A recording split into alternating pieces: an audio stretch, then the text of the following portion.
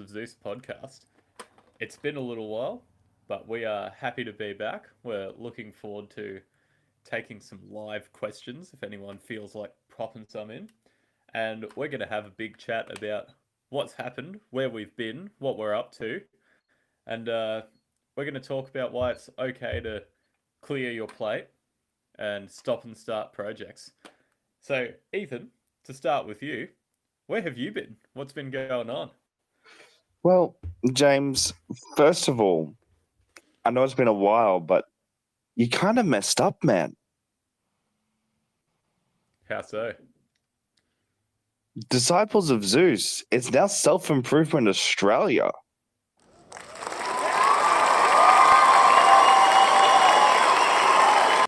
It sure is, buddy. It sure is. I'm behind the eight ball on that one. We haven't done this for a while, so it's just gone out of your brain. That is so true. That is so true. Yeah. It's not the only thing, but we'll get to that later. So, But there's one more thing you missed, though. oh dear. What is your quote of the day? Oh, quote of the day. I actually came prepared with a thought of the day. Thought of the day. I'll give you the quote of the day, which is money loves speed, wealth loves time, and poverty loves indecision. Mm. Thank you. Thank you.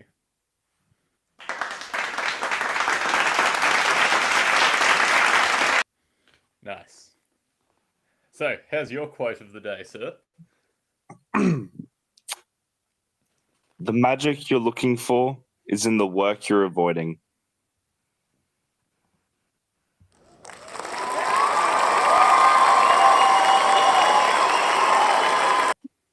I like it. Nice. All right. Have you got a thought of the day, Ethan?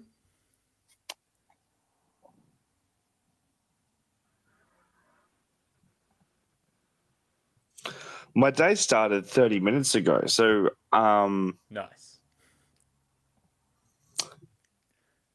if you look after your team will look after you.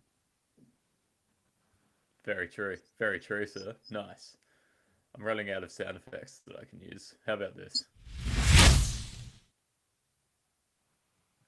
Classic. Nice. All right. My thought of the day is, and it is yesterday's thought, so somewhat cheating. But I was thinking, about 4 years ago, when every government across the world was just printing money for the coronavirus, and the smart people, perspicacious people, were like, man, inflation is going to be crazy. I think the whole world is going to come to a halt. And the leading economists were like, the best we can hope for is a soft landing. Like, it's going to be a crash, but, we can just get it soft, and then, no one actually, goes homeless and the whole financial system doesn't collapse. And 4 years on, I think that's pretty fair. It's uncomfortable. Everyone knows that it's not where it, should be, needs to be. But it hasn't been a massive crash and burn that's torn the whole economic system to shreds. So, big win overall. That is a good thought of the day. I've also thought about that before. Yeah, it's...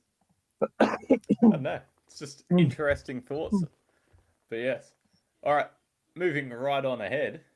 What have you been up to, Mr. Self-Improvement Australia, Ethan? Sorry, I'm just yawning real quickly. I haven't had coffee yet today. What have I been up to? Honestly, man, I've just been very, very busy with work. Extremely busy being the top sales trainer in Queensland. Nice. According to? Myself, me, Nice. and I. Nice. That's 3 peak governing bodies. Exactly. Wow. Nice. So yeah, Love man, it. I've just been super, super busy with work. Sales are flooding through, even though the solar market has been quite on the down low recently. It's been on the low for the last few months, but our company is still doing quite well. And yeah, very, very good. But I think the better question is, James, where have you been? Well, Ethan, I've been in the gym quite a lot, like a little hermit. But aside from the gym, it's been a heck of a couple of months. So I started a sales job finally, and I've been a moderate performer in that role. But yeah, I'm still waiting to hit the top 10 on the daily leaderboard. But like, I'm getting pretty close pretty often. So we're close. And I've also started, well, here's something that hasn't started, but I proposed to my fiance a couple of weeks ago. That was pretty exciting. And yeah, I've just recently started a new business which has not got business yet, but it is looking very promising. The idea is for music studios and dance studios, an enrollment agency that basically does all of the content, all of the marketing, and all of the sales for, you know, agencies, well, for studios across Queensland. They pay for 10 lessons up front. I take X amount off the top, and the other music school gets paid up front for effectively 9 weeks of students. And, you do that by 10 schools, 100 students per school, and a little bit of stuff on the back end, and it works out to six figures as a one-man team. But I was actually going to invite you once it's a bit bigger to start doing sales. How does $100 an hour sound, Ethan? Oh, mate, I'll see if in my busy schedule I'm available.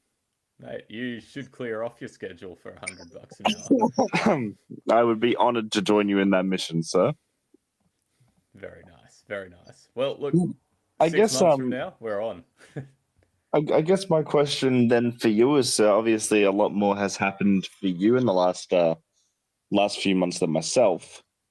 So what's the biggest thing about being engaged? I don't think it's actually sunk in yet. Like, she's still kind of just my girlfriend, but we've been going out for years and years, so it's like we're already at a certain level of connection and everything.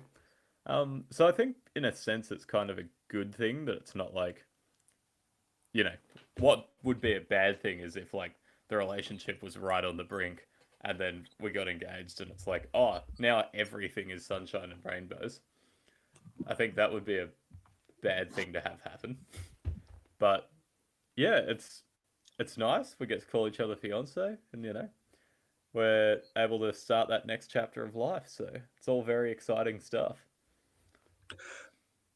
And for people out there that are also wanting to engage or propose to their partners, what was the deciding factor for you? Was there like a click moment that you were like, yes, that's the one?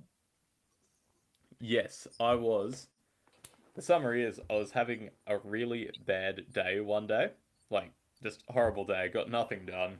I was just like sad for whatever reason on this day, and I was planning on calling the girlfriend, and I just had the thought. I was like, man, what if like she didn't pick up and I didn't get to talk to her? And I was like, I would have done literally nothing today for anyone, including myself. And I was like, you know what? I'm gonna do one thing today that's gonna like make today count as a win. And I bought the ring, and I was like, here we go. And then about 3 months later, it arrived. But yeah, it was the biggest thing that I'd been putting off, and like I knew it was going to happen, but it was sort of like I was just pushing it down the road because it's like it's a lot of money, it's a big commitment, all of that stuff. And yeah, on this day I was like I just really needed a win and a victory. And so I was like, well, it's time to just push all the discomfort aside and get it done. So I bought the ring then and there. Well, I guess in a sense that your brain was probably taking up a lot of mental energy about the ring. You're darn right, Ethan. You're darn right. And there's no shortage of things that will take up mental energy. But I think for you, partly, once you started the new job, that's why we stopped doing the podcast. Like, there's only so much RAM that you have, so to speak. And even if you've got high bandwidth, the more stuff that you have clogging it up, the harder it is to get any individual thing done, you know? Hmm. It's like Oh, the woman in the 100%. red dress almost. I would say more it's we talked about this before we hopped into the podcast, but it's like I guess it's kind of the woman in the red dress, but I like to think of it as, you know, like we talked about the pruning of a tree. You know, you need to prune a tree to be able to let it grow. However, if you don't prune a tree, all of these little bits of twigs and leaves and shit just like go out to the side. And I think that what was going on with my life and why we stopped the podcast for a very long time, because I was still adjusting with the job and it was a big adjustment than what I thought it was. And so I hadn't had time to kind of like prune and grow myself. Yeah.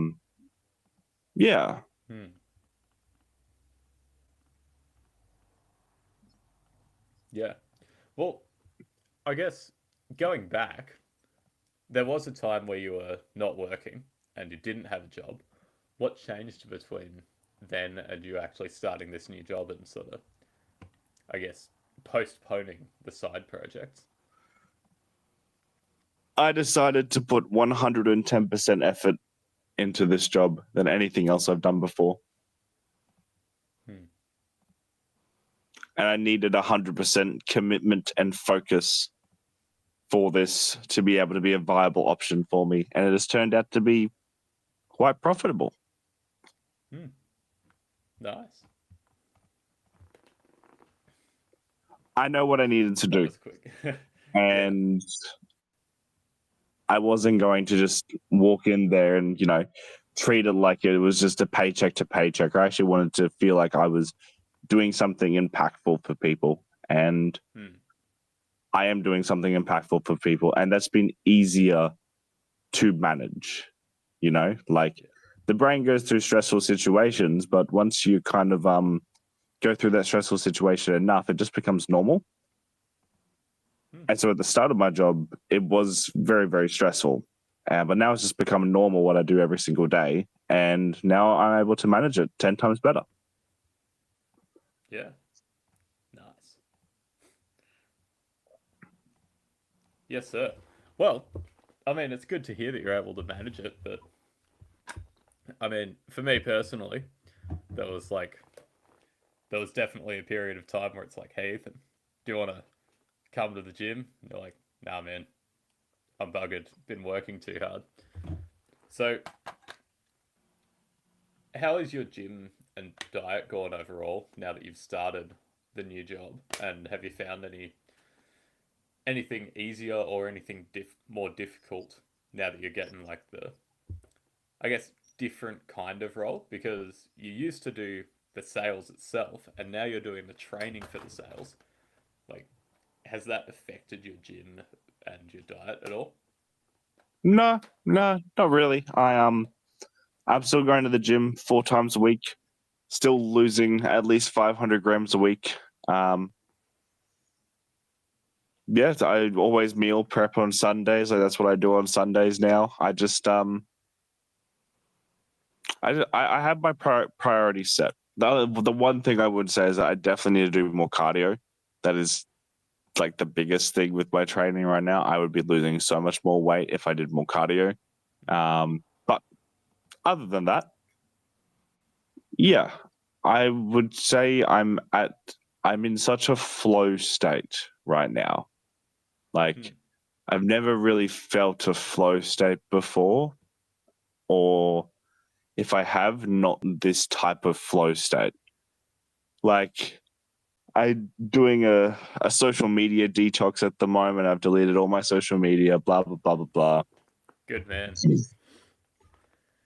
No Netflix, no Disney Plus, none of that stuff. I'm just in such a flow state of just work and focus and commitment, and it just feels so good. Nice. Yeah. It's good to hear. So no, my gym has, if anything, I would say that the actual selling, when I was selling products, my physique and body was actually worse than when I was, now that I'm the trainer. Fair. And is there any reason for that besides what you just said? Oh, well, number one, not sitting down in an office all day. That probably helps. Yeah, fair. And number two, I go out to field with my guys. I help them. I support them. I get to go and walk around with them and in the sun. And yeah, it's great. Yeah, it's good However, to hear. you are someone that does sell things. I am now. Yes, sir. Let's talk about that. Alrighty. Mr. Salesman. So, what are you selling, first of all? So, the company that I work for, the gist of it is they do ethical telemarketing, which basically means they do like phone sales for exclusively like charities and charitable foundations. So, currently, the Martyr Prize Homes. That's what I've been doing all of my time with. But I know that they have done other work for like the SES and other groups, but it boils down to its charities and fundraising more than anything else. And how are you finding that sort of sales? Look, I gotta say, it is nice that the leads are so warm, because if you call up and you say, hey, I'm calling from XYZ solar company, and the only thing I'm here for is to enrich myself, which may or may not be true, but that's usually what the other person hears, especially if they already have solar and it's a cold call. It's like it would be very easy to get demotivated over the phone because people are just quote unquote slamming doors in your face all day. But at least with this job, you're basically saying, hey, I'm calling you on behalf of a hospital who just wants more money to take care of patients and do medical research. Like, they're all respectful. It's not to say that they're all kind, they're not, just idiots sometimes. But they're just, there's a base level of respect because they understand on some level that it's like, hey, like, yes, I am going to sell you something, but at least it's going to a good cause. You know what I mean? Yeah. And Yeah, so for sure. That's awesome. Yeah, that's been nice. But the other thing that I'm liking about it, purely selfishly, is I'm getting a lot of reps in. So, by me getting all those reps in, I'm keeping detailed logs of, I'm going to say, intros. It's like how I start the call. I'm getting a bunch of stats. It's like, I'd say I've done tally marks for, well, let me rephrase. I've done about 1,000 tally marks for openings. And it's like the optimal way to open a call is to say, hello, is this XYZ? Hi, my name is, and then go into the pitch from there. And I can say that with data because, hey, it's high volume sales, That's pretty cool, man. That's pretty cool. I see. That's one of the reason why I like door-to-door sales. Like you can get a lot of reps in on one day. Some of my reps recently have been struggling with getting leads. So I gave him a new technique for this week. I said, all right, I don't want you to focus on how many leads you get today. I want you to focus how many people you talk today. They're like, okay. So the goal was to hit 80 people, all right? And when we got back to the office last night, I asked him, how many people did you talk to today? It's like 86. Like, how many leads you get from that? 4. Nice. Is that a good number? Doubled, yes, 100%. Yeah, no. Nice. if you think about like areas, right? So we're in some pretty beat down areas at the moment within solar. So Mm. it's like 70%, so 90% of those contacts would have been renters Mm. or housing commission. So four Yeah. leads in an area like that, fucking incredible. Nice. Nice. That's a question that I wanted to ask. Is sometimes you get that like sixth sense. You know? It's like I know this person's not going to buy, but they're letting me talk, so I'm just gonna go through the script. Are you still like if you get that sense, I guess at what point do you stop, right? Like there's only so many objections that you can handle before it's like, okay, that today's not the day, you know? Like I guess Okay, for there's me two ways to personally, answer this question. yeah. There's two ways to answer this question, all right? Are they objecting to you or are they a yes man? I'm gonna say so it's like I get through the pitch. I'm like, can you help us out today? And they're like, oh, look, I'd have to talk to the wife. And I'm like, you know what? I don't think your wife's actually going to, have a massive problem with you donating to charity, right? And they're like, haha, that's right. But, the budget's tight. And I'm like, well, we do sell tickets for as low as $2, and I'm sure you could make that work. So maybe we could do $20, get you a package deal. And they're like, nah, sorry, I'm not doing that because, I don't get paid until Wednesday. And it's like, at a certain point you would have to stop, otherwise one phone call goes on for like an hour. But at the same time it's like you don't want to just lose all those extra leads. So I haven't I'm not sure where the line is between like, okay, this is enough, I've done my job to try and sell them, they're just a no, versus like they might be a yes but I'm just going to keep digging. What do you reckon the line is?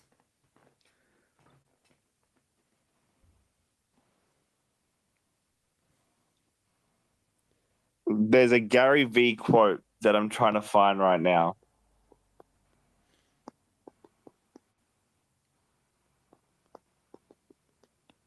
Ah, my God. No, it.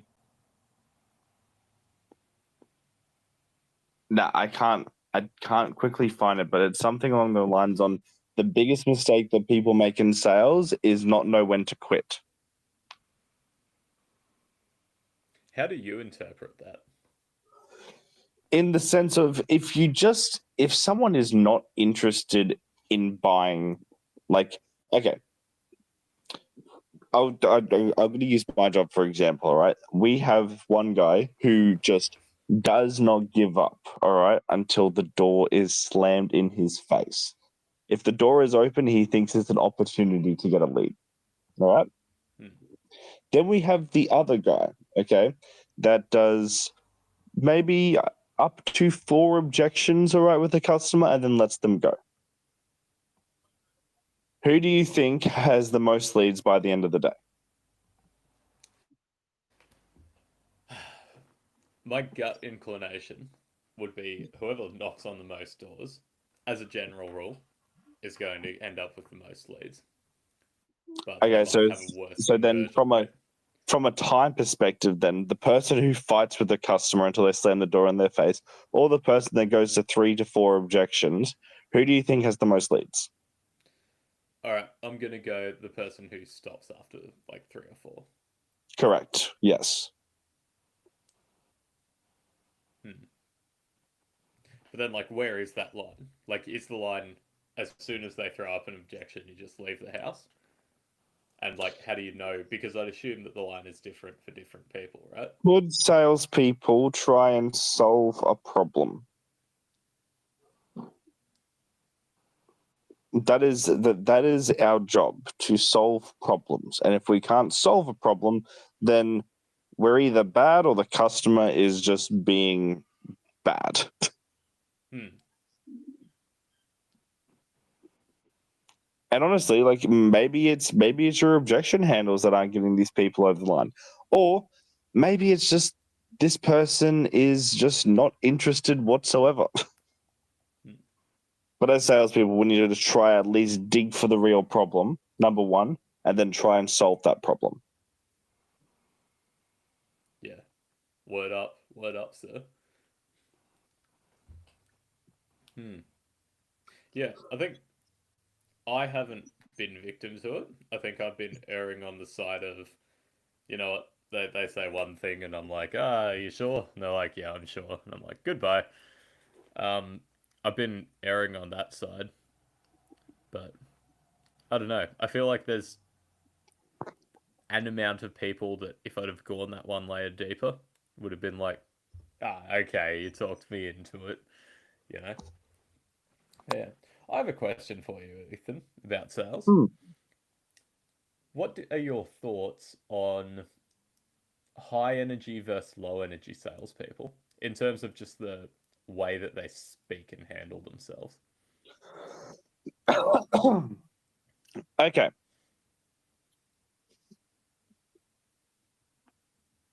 I'm gonna say some things right now. High energy will always beat low energy every single time. I'm gonna tell you why.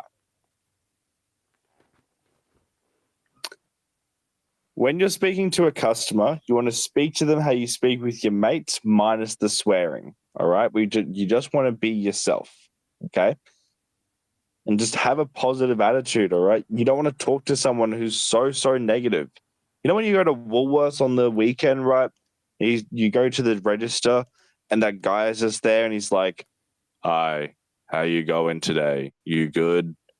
Like that is so low energy, so soulless and so lifeless. Like, why would you want to talk to that person if they were at your front door? Be yourself, have a positive attitude, speak how you speak with your mates, minus the swearing, be direct, and just have a lovely vibe, you know? That is my answer. So I'm very passionate about this. That's okay. My experience is different. Not in the sense of like you want to be that guy who just appears depressed, but my experience has been there's a line between being like a puppy, which is how I came in. I was like, "Hi, are you having a good day? I really want to talk to you about the Marta lotteries and the Marta prize homes." Uh, there's that side of the spectrum, but then in my experience, a lot of the high performers they're coming to it with a very just professional side. They're not going as far as, "Hi, how's it going?" They're coming to it with more of a, "Hi, how's it going? My name is James. I'm talking to you from," you know, they're coming to it with that. Like if you came up to them at Woolies, they would be, "Hi, are you having a good day? Very nice. I'll just package all this up for you, and that'll be $37. Thank you for your time." You know, I it's would like, say you need to have high energy, but be indifferent. That's the one thing I missed there. You need to have a level of indifference. It sort of matter. Like you don't care whether they say yes or no. but you do care, and for me, I think that that's a tool that you have and you may as well use because it's not that you're guilting people into stuff, but it's like it's easy for If people. you, If you were an AI machine that was truly indifferent to whether someone bought or not that you were talking robotically necessarily, but if you were truly indifferent, that person has no extra personal human incentive to buy. But if you make it like clear that, hey, I actually do care about this, but I'm also a professional and it's my job, I think that's where you get that like extra magical unlock because it's like, Ethan, I really want you to buy my $2,000 course on how to do sales versus Ethan, I really want you to buy my $2,000 course on how to do sales. Still professional, but it's like there's that added if I say no, I'm going to have to let this person down, you know?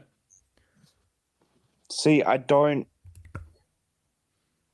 The more you worry about them saying yes to you, the more desperate you become.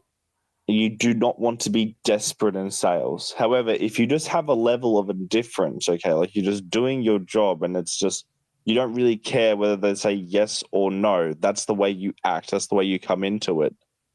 I just find that that just helps you out 10 times better.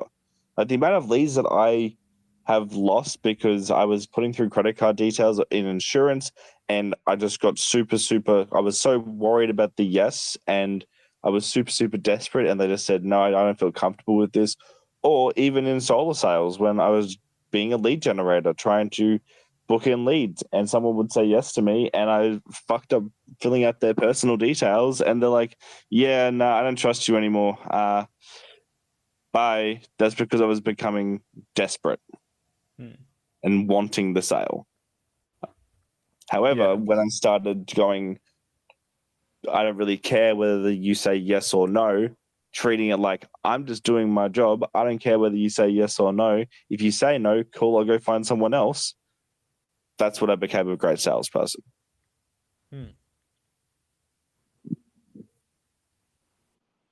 Interesting. Yeah. Because the way you phrased that story, I don't know if you would agree with this or not, but it made it sound like you would start the call indifferent, and then once you had the sale locked up, you'd like almost start getting giddy about it, and that was what sort of flicked the switch. Is that fair to say? Yeah, I guess so. So do you reckon it was like the actual transition between like, oh, I'm not interested to like, hey, this person's giving me money. Now I'm excited. Now it's time to get giddy. We're going, you know? Do you reckon it was the transition or the actual act of like just on its own, if you were giddy at any time during the call? It's like, I think it was more the fact that in my head I wanted that yes. I was expecting them to say yes, whereas I wasn't being indifferent. And when I started being indifferent with customers and insurance sales, that's when I started making more money. But I guess that also raises like how authentic do you need to be as a salesperson? And what does authenticity mean?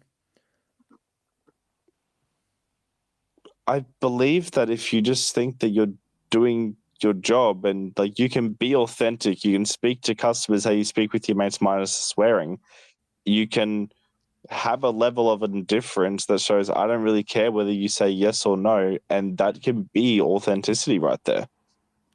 But like you do care, you know, especially for like if you say that to one of your guys and it's like they get paid on commission, it's like they do care, especially, you know, the worse off they are, the more that they care. And so it's like, yeah, I guess. I don't think their inner desires of wanting to make money and them being indifferent with a customer shows a lack of authenticity. Why? Because if they start showing that they want money on the doors, they will not get any fucking money. So like if you had someone had someone at your door and they were like, hey mate, I'm just here to let you know what's happening on your street over the next couple of days. There's just gonna be like some solo guys coming in. But yeah, you should really do it. Like it's gonna benefit you. Like please do it. Like that yeah, please. Whereas the guy that comes in from an indifference point of view, like, yeah, mate, just been sent down there. You know what's happening on your street over the next few days. All right, just going to be an expert, come around and talk to you and all of your neighbors. They come at you like that, and they're calm, they're collected, they're indifferent. They know that they will find at least one person in every single area we send them to be able to make money. Yeah, that's fair. That's fair. But yeah, heading on. You don't need to say that's fair if you don't agree with me. This is why we're having the conversation. No, that's all right. I've just realized that I've just been like stealing all of this sales training, and you know, maybe the audience will appreciate it and they're going to subscribe, follow the podcast, give us a 5-star review, and leave a great comment, plus like this episode if they enjoyed all the sales training. But you know, I don't want to railroad it too far down the one track like I have been doing accidentally. Sorry about that. But yeah, my bad. Whoops. If I had a sound effect right now, I'd do the womp womp womp wow. So, self-improvement Australia, bringing it full circle. What are the tenets of self improvement Australia, as I see it, is you got to get your you got to get your fitness right, you got to get your finances right, you got to get your fulfillment right, right? Correct. And so we've had a big chat about finance. We've had a Have we? reasonable chat about, well, in terms of the sales training, like everyone's selling something, whether it's themselves for a job interview or they're actually doing a sales job. You're always selling. Or they're selling themselves. Yeah, absolutely. We've had a bit of a chat about fitness, but not a massive one. But I don't know that we've talked enough about fulfillment because I had a bit of a chat about the fiance, which is pretty gangster, not gonna lie. But how's your fulfillment going at the moment, man? Are you cruising? Are we feeling good?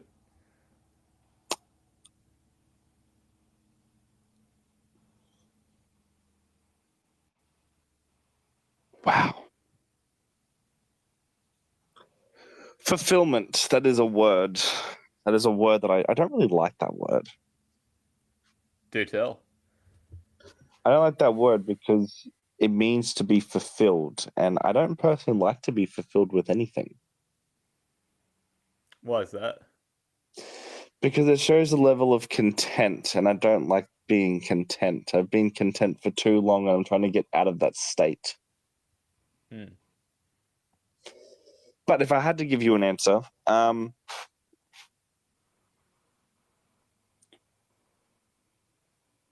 I am ambitiously fulfilled at this moment, Hmm.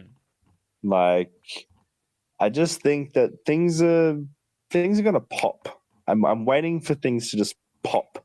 All of the hard work and effort that I've been doing recently, I'm just waiting for the volcano to erupt. I've planted all of the seeds, right, and I'm just waiting for those bamboo sprouts to just go.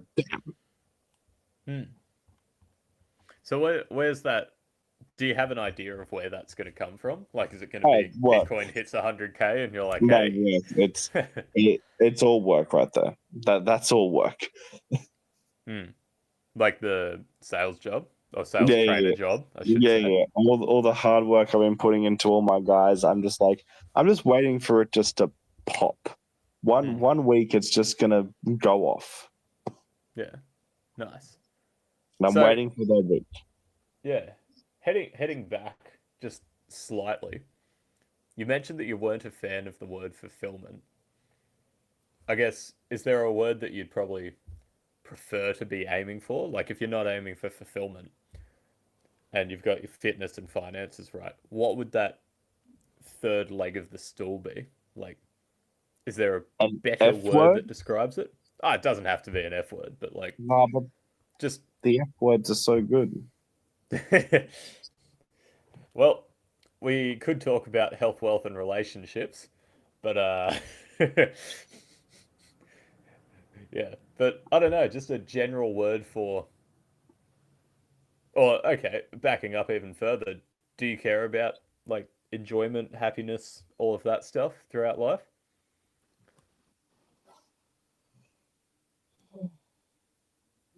Yes, asterisks. Go on. The asterisk is there because I don't think happiness is like the most important goal. I think you get happiness for the work that you put in. And if you're not happy, then there's obviously something that you're not doing within yourself.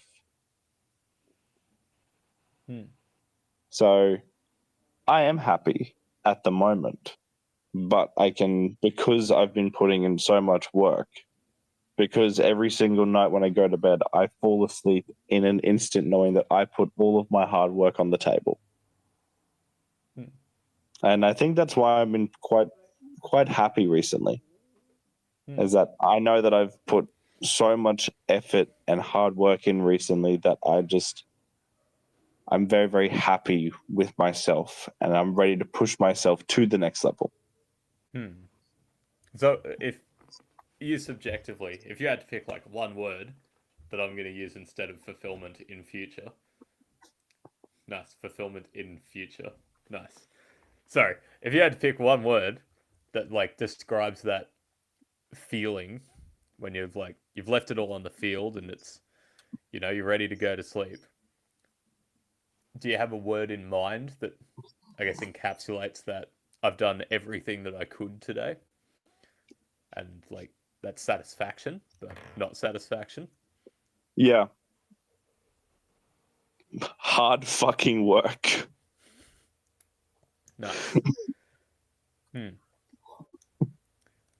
See, for me, I find that hard work. It's like I think have we done an episode on leading and lagging indicators? No. All right. Well, Ethan, I know what we're doing. Maybe not after this. This has been quite a long episode for where have you been, and then we go in. But uh, I think at some point we need to have a chat about that and about how that relates to habits and such. Agreed. But for me, I think of hard work as something that gets you your finances, your fitness. Like I don't know. I have the belief that I'm better than most people, but I don't have the belief that that's inherent. I have the belief that that's earned, and you earn things through hard work. So it's like, I want more money. I need to work hard. I want more like fitness. I need to work hard. And then for me personally, it's like I want to feel fulfilled, and it's like that's actually something that I need to do hard work at. You know. So I contest the premise, but I guess also like you don't like lie down in bed of a night and go, man, I feel hard worked. You know? Then I guess, okay, I guess fulfilled is a decent work. However, it's daily fulfillment. In my life right now, I do not feel fulfilled. I feel like I am at like 2% capacity of what I am able to do. However, when I lay down at night, I'm like, yeah, I put everything on the table. I'm fulfilled with this day. So when you say 2% capacity, what do you actually mean by that? I mean, I've still got like at least 70 years to live, James, and that I've only reached 2% of my capacity of what I am capable of. I don't know what the other 98% looks like, but I'm very, very excited to see what it is. That's fair. That's fair. Very nice. But before we wrap up this episode, James, because it has been going on for quite a while. Yes, sir. I want to ask about your fulfillment then. Look, I gotta say, it ebbs and flows. It really does. But I'm lucky in a sense because I don't have any neurotic tendencies. I'm very like emotionally stable, and historically, my baseline has been on the positive side. It's not to say that it hasn't been on the negative side, but it's like historically, I'm very stable on like, if you had -10 being like suicidal and +10 being like, I don't know, probably heroin.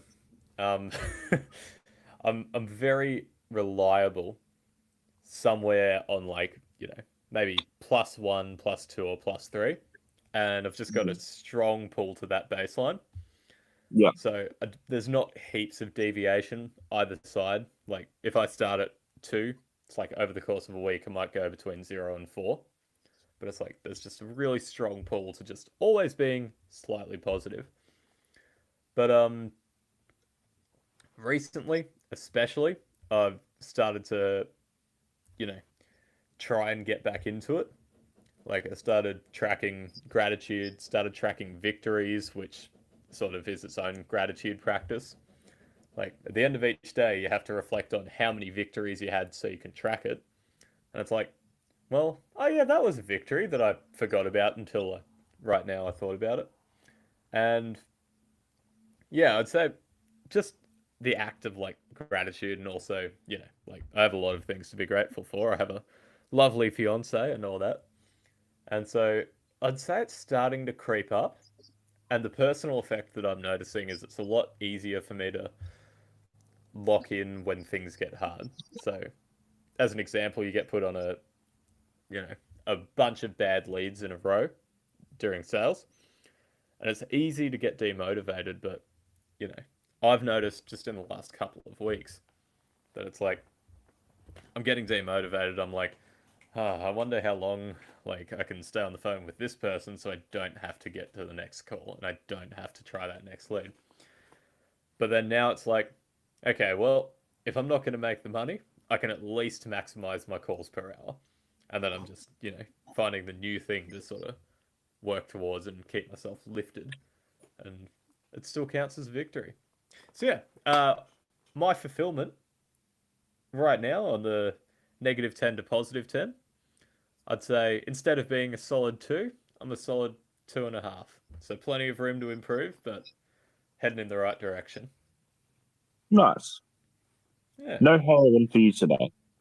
No what, sorry? No heroin for you today. Mate, I'm high on life. You know what I'm saying? Aren't we all, James? Aren't we all? All right. Well, Ethan, it's been a pleasure to talk to you as ever, sir. And I think this concludes. Oh, wait. I didn't have it on the live sound effect. Hang on. I'm going to do that again. And I think this concludes our first episode back for Self Improvement Australia. Thank you for your time. Listeners, as I mentioned before, like this episode, subscribe to the podcast, rate us if you're listening on Spotify, Apple, or Google Podcasts, which doesn't exist anymore, it's YouTube Podcasts, and leave us a comment on this video, especially letting us know how you felt about the sales, whether I went down too much of a rabbit hole, or whether we should have continued and just kept on going. But Ethan, it's been a pleasure as always, sir. As to you, sir. Any closing remarks for the listeners? Those that say they can and those that say they can't are both usually right. Very nice. We'll see you on the next episode, listeners, which will be slightly less delayed than historical. All right. Let's stop that recording. I think it did the